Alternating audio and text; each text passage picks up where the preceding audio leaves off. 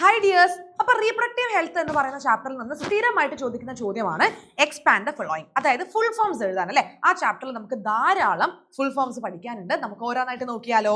So GIFT എന്താണ്? Zygote intra fallopian transfer.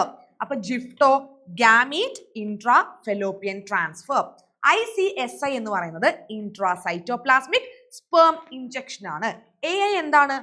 Artificial insemination ആണ്. IUT, IUI നോക്കാം അല്ലെ. IUT എന്ന് പറയുന്നത് ഇൻട്രാ യൂട്രൈൻ ട്രാൻസ്ഫറും IUI എന്ന് പറയുന്നത് ഇൻട്രാ യൂട്രൈൻ ഇൻസെമിനേഷനും ആണ്. ഏറ്റവും ഇമ്പോർട്ടൻറ്റ് IUD എന്ന് പറയുന്നത് എന്താ? ഇൻട്രാ യൂട്രൈൻ ഡിവൈസസ് ആണ്.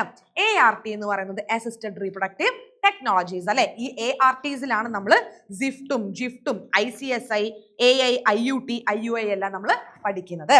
സോ അങ്ങനെയാണെങ്കിൽ MMR-ഉം IMR-ഉം അതിന്റെ ഫുൾ ഫോം അല്ലെ എന്താണെന്നുള്ളത് നിങ്ങൾ മറക്കാതെ താഴെ കമന്റ് ചെയ്യാം.